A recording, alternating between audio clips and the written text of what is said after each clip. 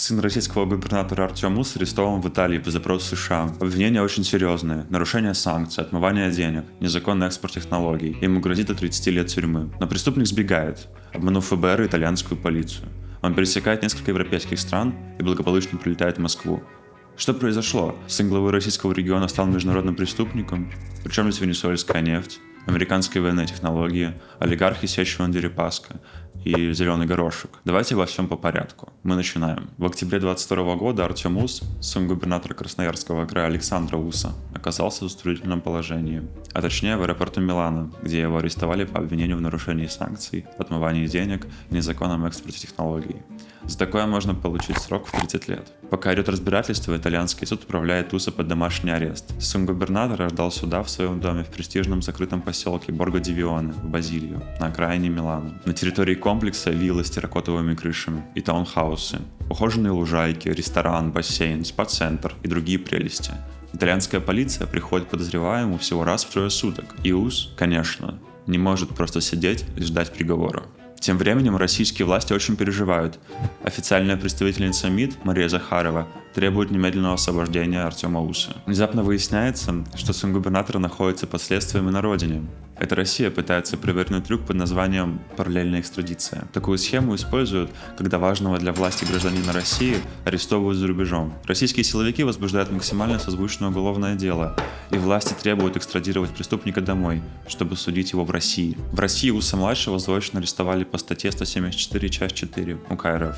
Легализация денежных средств или иного имущества, приобретенного другими лицами преступным путем. При том, что, как самостоятельный состав преступления, это не рабочая статья. Например, в 2021 году по ней судили всего 2 человек. В итоге план с этой параллельной экстрадиции не срабатывает. Но почему за него вообще так отчаянно борются? Что же такого сделал сын российского губернатора, что в США хотят упечь его за решетку на многие десятки лет? Может быть, он знает что-то очень важное, или его дела тесно связаны с российской политической элитой, и его арест грозит раскрыть неприглядные тайны. Все начинается в 2018 году, когда Артем Ус становится владельцем немецкой компании Indian Norddeutsche Industrial Langbau. Ус и его партнер Юрий Орехов придумали схему поставок венесуэльской нефти в Россию и Китай в обход санкций США. В их переписке Венесуэла фигурировала под кодовым названием Disneyland. Буквально. «Привет, можно организовать поездку в Диснейленд?»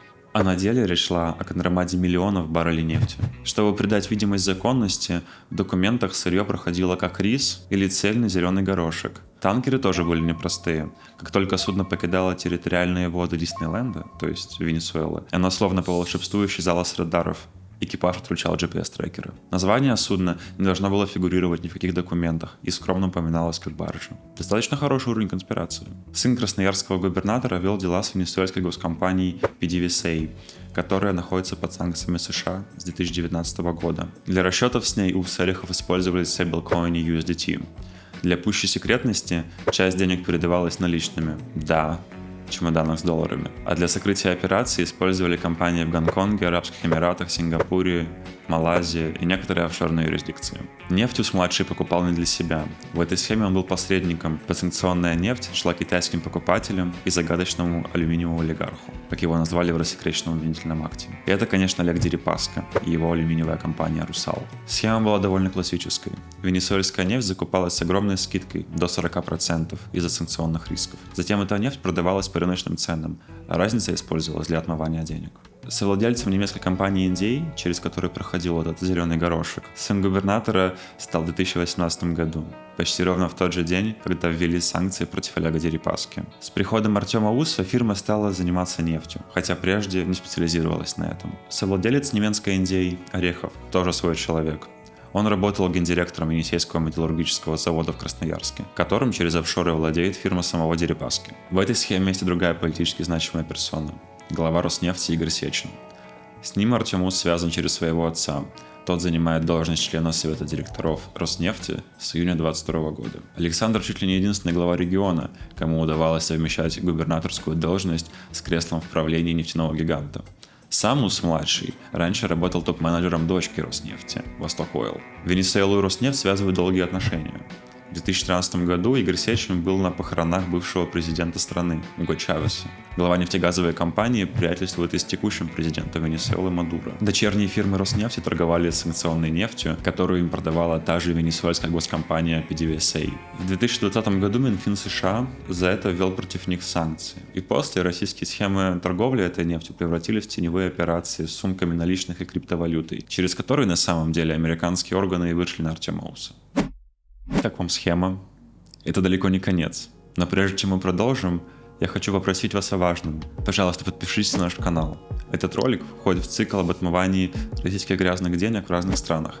Ссылка на этот цикл будет в описании. Напишите в комментариях, как еще кроме зеленого горошка можно было бы назвать секретную перевозку нефти.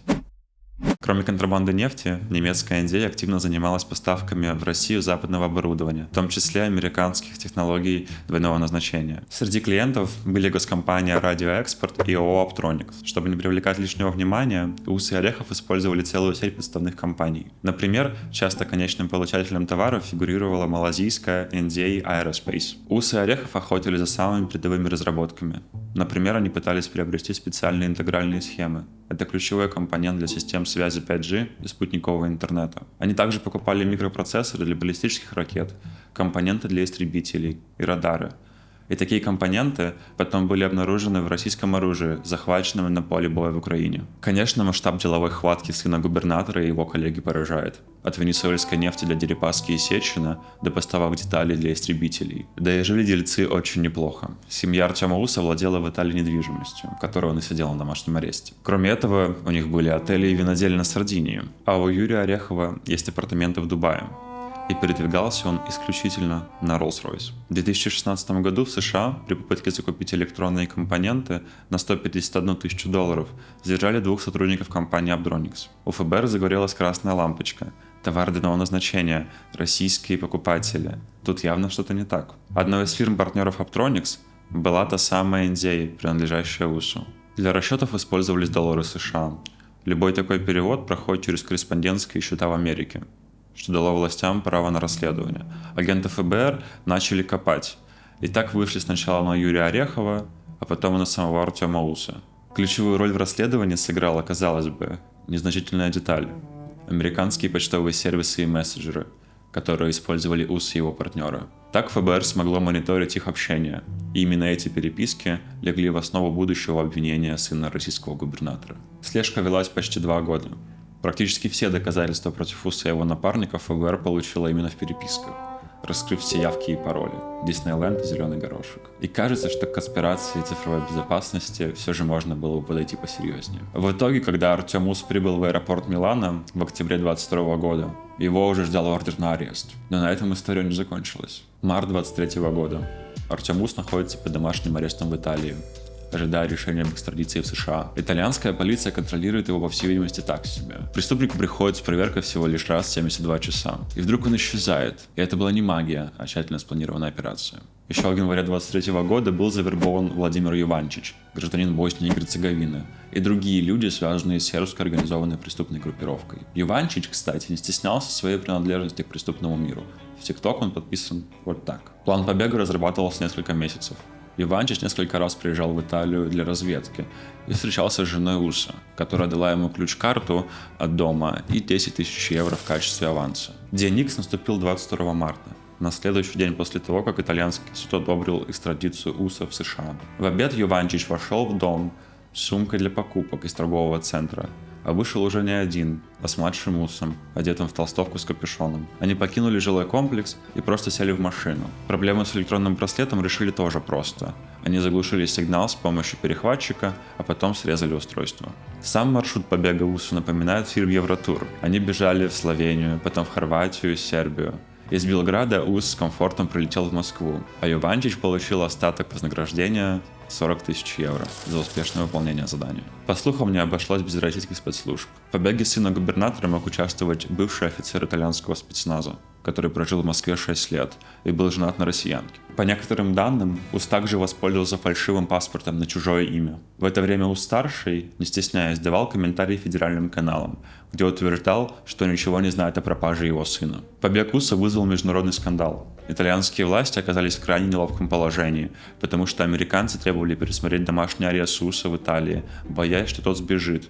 Но к ним не прислушались. Премьер-министрка назвала дело весьма серьезным и признала наличие аномалии в решении о домашнем аресте. В отличие от итальянских властей, немецкие справились с работой получше. Напарника Уса Орехова поймали в Германии и тут же отправили за решетку. Сейчас он ожидает своего приговора. Вора в законе Иванчича арестовали в Хорватии. Его напарников, которые тоже помогали Усу сбежать, задержали в Италии и Словении. Пару месяцев назад в аэропорту Милана арестовали бывшего вице-губернатора Кемеровской области Дмитрия Черакадзе. Следствие полагает, что он также замешан в побеге. Артем Ус вернулся в Россию, оставив позади американских прокуроров, сконфуженных итальянских чиновников и массу вопросов о работе международной системы правосудия. Российские власти отменили решение о заочном аресте. Вместо него взяли подписку о невыезде. Конечно, никто и не собирался по-настоящему расследовать дело об отмывании денег, а просто пытались спасти важного человека в схеме Дерипаски и Сечина. А Ус-старший после побега сына получил повышение.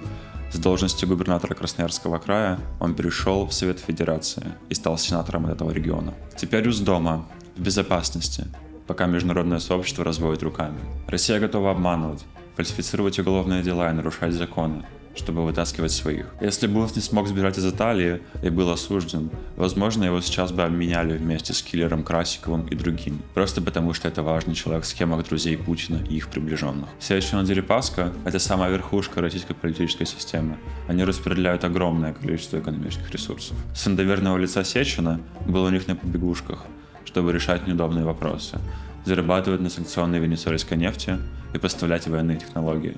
Сын красноярского губернатора прекрасно жил в Италии, владел виллами, зарабатывал и отмывал деньги. Но теперь, когда в США объявили награду $7 миллионов за информацию, которая поможет его задержать, беглый Артем Ус, конечно, никуда не денется из России и надолго к ней привязан. Надеюсь, что эта история возмутила вас так же, как и нас. Напишите об этом в комментариях, а еще не забудьте поставить лайк и подписаться. До скорых встреч!